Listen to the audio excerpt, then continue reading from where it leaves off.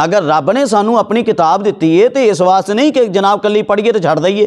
फरमाने ने कि एक बादशाह किसी वाल अपना खत कले और उन्होंने कहे ए खत मेरा तेरे को आ रहा, तेरे को सारे असबाब भी है ने, तो तू मेरी तरफों फलां जगह पर एक महल तैयार कर।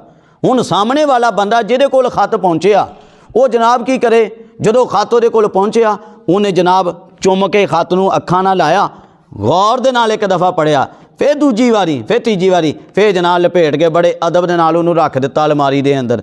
दूसरे दिन फिर उठिया, फिर जनाब पढ़िया बड़े गौर दे नाल अदब दे नाल जनाब नूं सांभिया, फिर अलमारी च। तीजा दिन दई साल लंघ गया, बादशाह अपनी ममलिकत दे दौरे वास्ते आया, उन्हें कहा कि मैं जाके अपना महल तुहानूं दिखाना। जदों आया जनाब महल ही उत्थे मौजूद नहीं। जदों महल ही मौजूद ने पूछा कि बई महल कित्थे गया, मैं तो तेनों महल दे बारे ओ जी बादशाह सलामत, चूंकि तुहाडा खत आया सी, मैं खत कला पढ़दा ही रहा, मैनूं मज़ा ही इन्ना आउंदा रहा, सिर्फ कला खत ही मैं पढ़िया, महल तो नहीं बनाया। हुण दसो बादशाह नाराज़ होएगा या उत्ते राज़ी हो जाएगा?